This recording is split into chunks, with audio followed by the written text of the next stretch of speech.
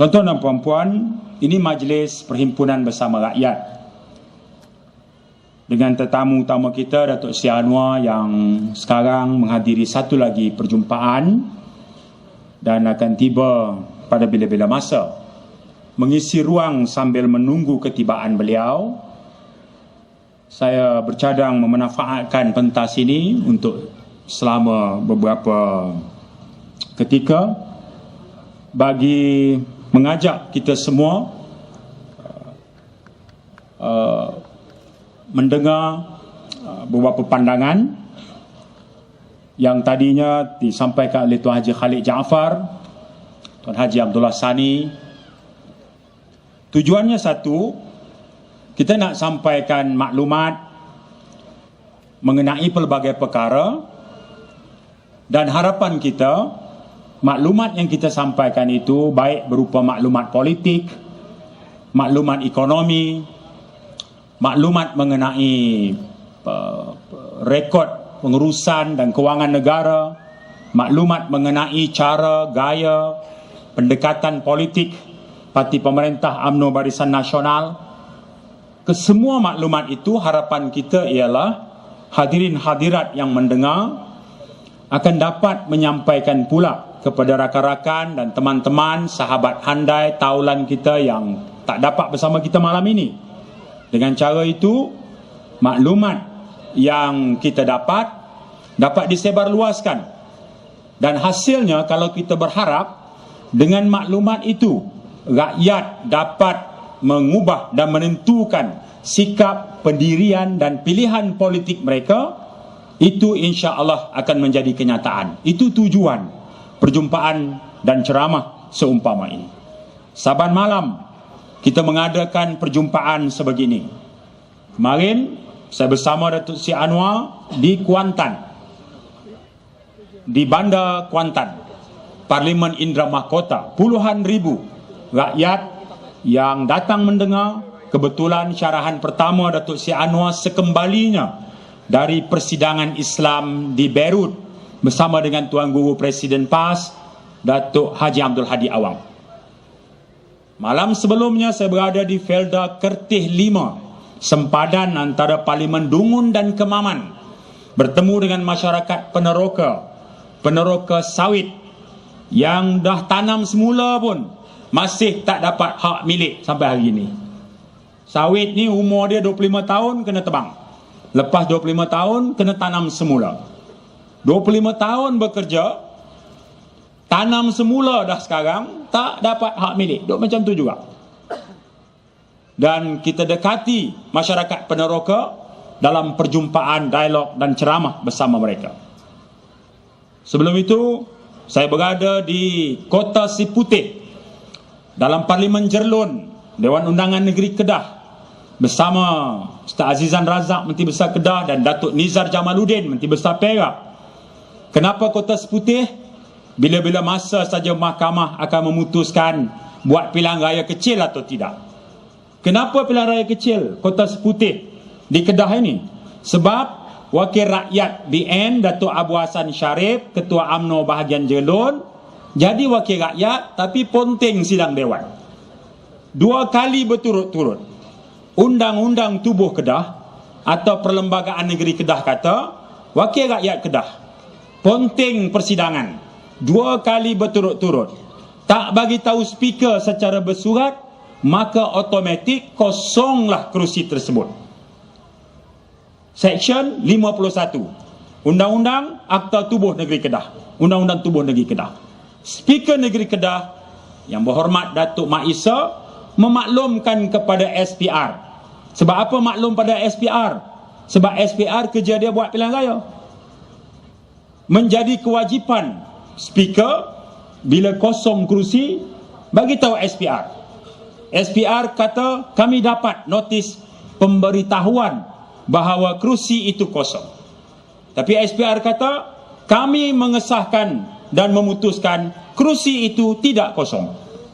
Undang-undang negara kita menyebut kerja speaker lah, tanggungjawab speaker Dewan Negeri lah memaklumkan dan mengisytiharkan kerusi kosong. Kerja SPR apa? Kerja SPR buat pilihan raya. Adakah menjadi tugas SPR mengatakan kerusi itu kosong atau tidak? Tidak. Apa lagi kerja SPR? Daftar pemilih. Ada 4.4 juta lagi rakyat Malaysia yang layak tak daftar-daftar. Ramainya orang Melayu. Kebanyakan tinggal di bandar. Paling ramai Selangor. Berapa ramai sini yang belum daftar pemilih? Cuba angkat tangan. Tak ada. Alhamdulillah semua pemilih. Cerah masa depan kita di sini. Baik. Bila SPR buat kerja yang tak termasuk bidang tugas dia, kucak-kacir. Bila dia kata tak kosong, Speaker Kedah mengadu dengan hakim. Nama hakim Ali Zatul, Mahkamah Tinggi. Dia timbang hujah peguam Speaker Kedah dan peguam SPR.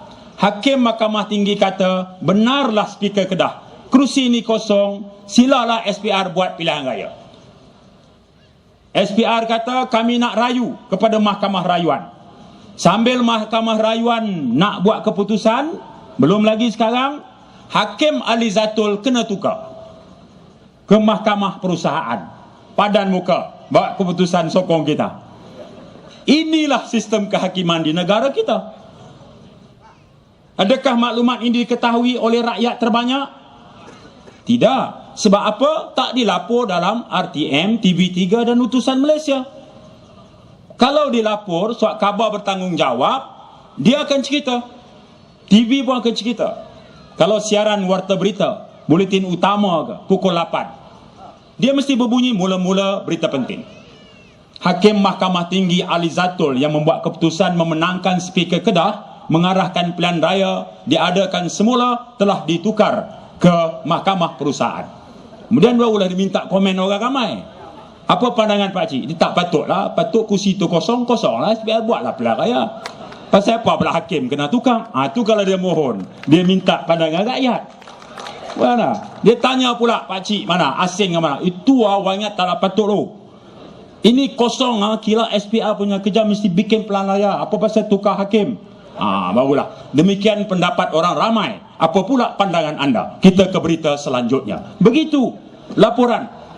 Kalau maklumat itu berjalan macam itu dalam sistem media yang bebas, nescaya maklumat rakyat akan dapat lebih banyak dan membantu kita menyuburkan proses demokrasi. Sebab keputusan politik kita bukan kerana sentimen dan emosi. Rakyat menjadi matang. Tapi suasana dalam negara kita tidak begitu. Maklumat yang benar hanyalah yang datang daripada pemerintah UMNO Barisan Nasional. Kalau datang daripada UMNO Barisan Nasional, semua maklumat itu hendaklah dianggap benar. Tidak ada yang tidak benar, melainkan benar belaka. Itu rakyat diasak selama ini. Tetapi zaman berubah, pemikiran masyarakat berkembang. Tahap pendidikan rakyat juga semakin baik. Pendedahan kepada maklumat dunia luar dengan perkembangan teknologi maklumat menyebabkan lebih ramai rakyat yang mudah mendapat maklumat. Ini sebenarnya yang tidak disedari atau sengaja tak mau difahami oleh pemerintah UMNO Barisan Nasional. Sebab itulah di awal mukaddimah tadi saya menyebut tujuan perjumpaan ini. Ceramah isu semasa ke, pertemuan bersama pemimpin ke, pertemuan pemimpin bertemu rakyat kan, apa saja istilah dan nama program. Tujuannya tidak lain dan tidak bukan ialah untuk mengajak rakyat berkongsi maklumat supaya dengan maklumat yang disampaikan itu pemikiran dan pendirian politik rakyat akan menjadi lebih baik. Parlimen Hulu Selangor, parlimennya kita menang 3 dapur, 3 Dewan Undangan Negeri kita kalah. Bukan kalah, kita belum cukup undi lagi. Kita ketinggalan di Kuala Kubu, di Batang Kali dan di Ulu Bernam, 3. 2 UMNO, 1 MCA. Baik. Tapi kalau dengan maklumat dan pendedahan yang kita sampaikan, kita harap ia dapat membantu kita menentukan sikap dan pendirian politik yang bila tiba pilihan raya kita boleh buat keputusan politik.